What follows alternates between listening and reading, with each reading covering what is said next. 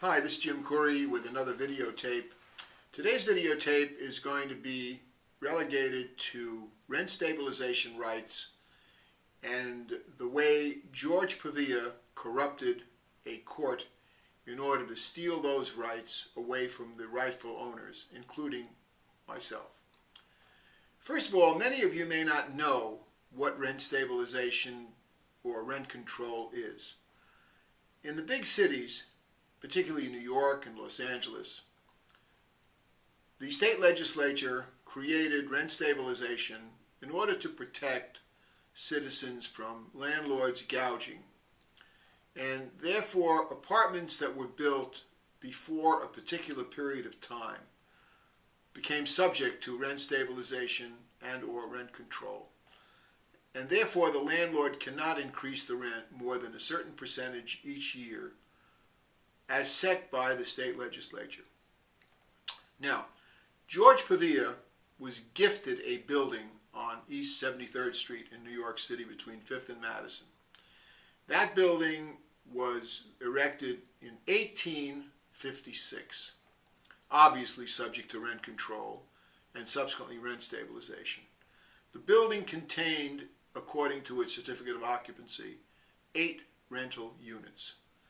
When Mr. and Mrs. Pavia were gifted that property by the Pierces, his in-laws, at the time they bought that building, I believe in 1977, for $300,000. The Pavias took over a number of apartments to build their triplex for their personal use. And the top 2 floors were relegated to 2 rental units on each floor. That would necessarily be the 3rd and 4th floor. So the Pavias maintained a triplex, and then there were 2 rental units on each of those floors. In 1996, my wife viewed an apartment in that building. A 2-room apartment with a large atrium greenhouse. I was quite ill at the time. My wife is an artist. She decided we would take that apartment and rent it. After we rented it, it came to my attention that that building should have been subject to rent stabilization. I went to the DHCR, the Division of Housing and Community Renewal, that lists and registers all buildings in New York that are subject to rent stabilization and rent control. And in fact, the DHCR had no record at all of the existence of that building. I went to Mr. Pavia and asked him why the building wasn't registered. His answer was, they're a bunch of morons. The result of all of this is my interviewing Rosenberg and Estes, preeminent real estate lawyers, who told me the building absolutely, unequivocally was subject to rent stabilization, and that my rent, which was about $1,750, should have been $800. I decided to retain them for the purposes of securing rent stabilization, not just for me, but for all the other tenants in that building. Mr. Pavia retained Belkin and Burden, another preeminent real estate law firm in New York. From the outset, Pavia began a crusade of filing false and perjured documents with the DHCR. Pavia, as brazen as he is, decided to recruit his jailbird friend, Ted Cole, who already had served time in prison for a short period and was given probation, who ran a company called Herbert Construction. Ted Cole provided Pavia with no less than 5 perjured affidavits, claiming that he engaged in what you call a substantial renovation of that building. Substantial renovation would then exempt that building from rent stabilization, providing the landlord can prove that he in fact renovated the entire building to a certain extent as set forth by the DHCR.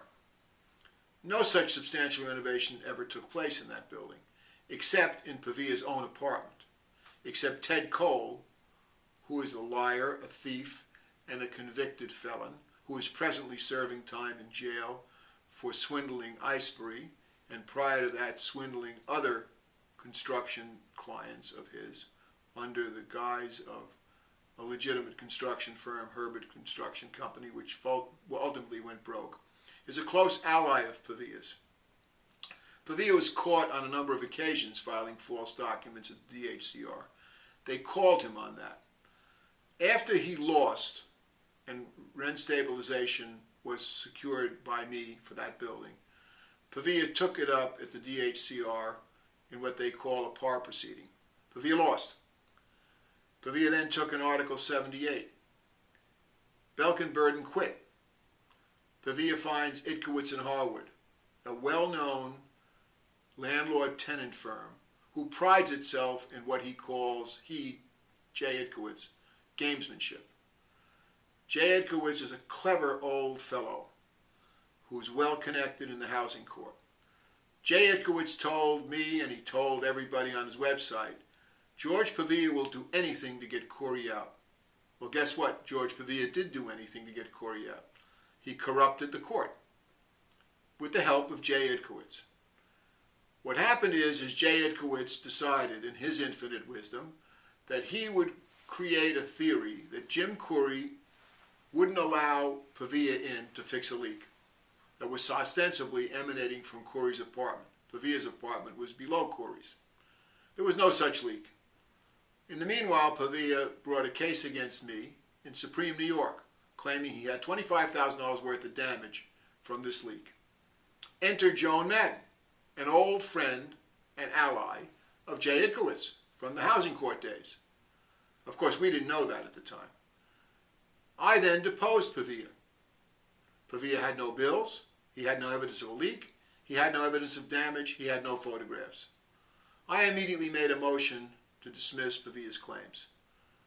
No evidence, no crime, if you will.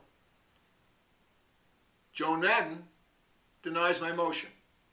There wasn't a scintilla of evidence of $20 worth of damage, much less $25,000. But no problem. Jay Itkowitz decides to amend his complaint on behalf of Pavia to include a nuisance claim.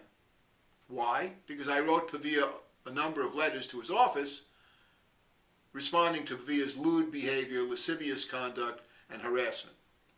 Pavia then brings an action in criminal court and serves me with a criminal court summons saying I harassed him and I was a nuisance. The criminal court, after a few visits and my attorney visiting with the district attorney, Ron Kuby, throws it out and pointedly says Pavia's a nutcase.